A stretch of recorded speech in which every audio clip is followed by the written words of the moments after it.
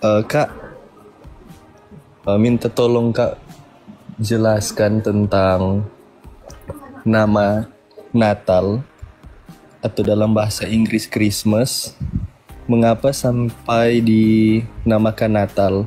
Dan ada Kak yang saya masih bingung soal perhitungan tahun Masehi. Kalau Kak bisa share tentang sejarah, mungkin dari perhitungan tahun Yahudi sampai pada saat ini kita bisa sampai pada 12 bulan dalam perhitungan tahun Masehi. Itu saja Kak. Oke, yang pertama Natal ya. Yang kedua tadi tentang apa? Yang kedua Kak tentang perhitungan tahun Masehi. Saya mau cari tahu sejarah dari perhitungan tahun Yahudi sebelum di zaman Yesus dan bisa sampai di tahun Masehi sampai ini yang kita bisa jalani 12 bulan. Ya, itu saja Kak. Oke. Saya jawab yang kedua dulu ya. Mengapa kemudian tahun Masehi itu 12 bulan itu sebenarnya mengikuti kalendernya orang Roma? Ya, karena sebelum menggunakan kalender Gregorian yang kita pakai sekarang, kita itu menggunakan kalendernya Julian. Nah, Gregorian itu punya semangat bahwa kita harus memusatkan penanggalan itu kepada lahirnya Mesias. Yang sebenarnya juga itu salah perhitungan. Salah perhitungan itu harusnya mundur 4 tahun. Karena Tuhan Yesus itu sejatinya secara realitanya itu lahir antara tahun ke-5 dan tahun ke-4 sebelum Masehi. Ya, dia punya salah perhitungan di sana. Ya. Tetapi semangat yang dilakukan orang Roma dalam hal ini adalah untuk menjadikan Kristus itu sebagai pusat dari perhitungan apapun yang terjadi di semesta ini. Ya, kalau masalah dari kalender Ibrani bagaimana proses konversinya itu ribet dan ruwet. Tapi yang pasti kalender Ibrani ketika dikonversi kepada kalender Yahudi sesuai dengan kalau kita misalnya melihat dokumen Didaskalia Apostolorum Koptik itu yang mengatakan bahwa kamu harus merayakan Natal pada bulan Kislev di bulan Mesir dan juga bulan Kia bulan Mesir dan Kislev dalam Ibrani itu ketika dikonversi dia jatuhnya ke Desember menggunakan kalender kita yang sekarang ya. Kalau cara konversinya itu susah ya, saya nggak jabarkan di sini karena itu perlu perhitungan yang ribet ya. Karena nanti ada lagi kalender, kita harus menghitung sejak berdirinya Roma, dari kalender Arbe ab Condita lah, tahun yang di zaman Yesus itu 140-an, kemudian sejak berdirinya kota Roma, lalu ke kalender Ibrani yang sudah tahun 5000-an. Nah itu ribet sekali perhitungannya, saya tidak akan jabarkan sih, tapi kira-kira begitu.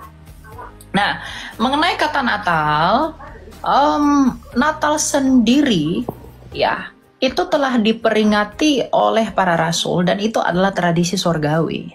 Ya, kita lihat dalam Lukas 2. Di dalam Lukas 2 ayat 13 dan 14. Ini tentang kelahiran ya. Dikatakan begini. Dan tiba-tiba tampaklah bersama-sama dengan malaikat itu sejumlah besar bala tentara sorga yang memuji Allah. Katanya, kemuliaan bagi Allah di tempat yang maha tinggi, damai sejahtera di bumi di antara manusia yang berkenan kepadanya.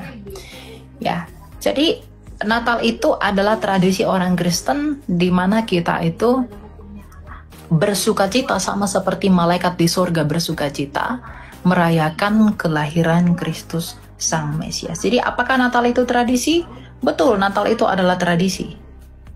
Tetapi tradisi yang kita warisi untuk memuji dan memuliakan Allah sebagaimana malaikat juga memuji dan memuliakan Allah. Begitu ya. Kak, terima kasih.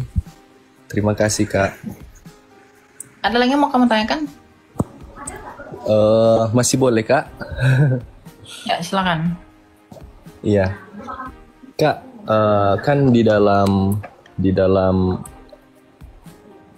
susunan kitab-kitab perjanjian lama dan kitab perjanjian baru. Kalau yang saya tahu di dalam kitab perjanjian lama itu sering dipahami secara umum itu Old Testament dan perjanjian baru New Testament.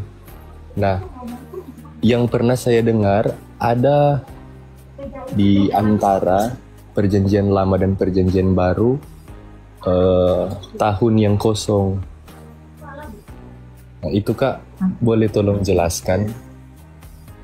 Ya, intertestamental ya, itu zaman periode kekosongan. Iya, Ya, itu periode kekosongan itu sejak Israel dibuang sebelum dia datang sebelum Tuhan Yesus lahir ke dunia ini. Sebenarnya kalau dikatakan kosong juga tidak.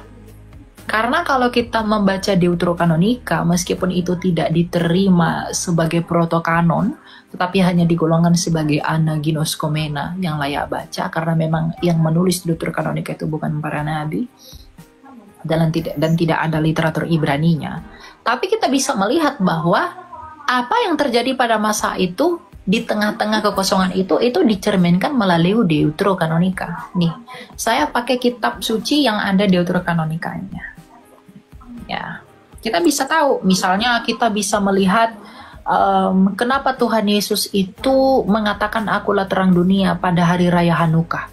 Hari raya Hanukkah itu tidak ada dalam Taurat.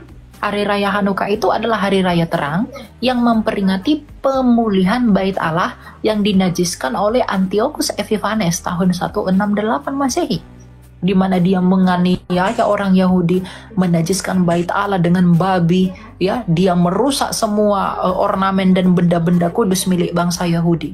Karena dia itu begitu kejam, pembinasa keji yang terkenal itu. Dan peristiwa itu semua dicatat dalam 1 Makabi. Itu terjadi di periode kekosongan itu. Gitu.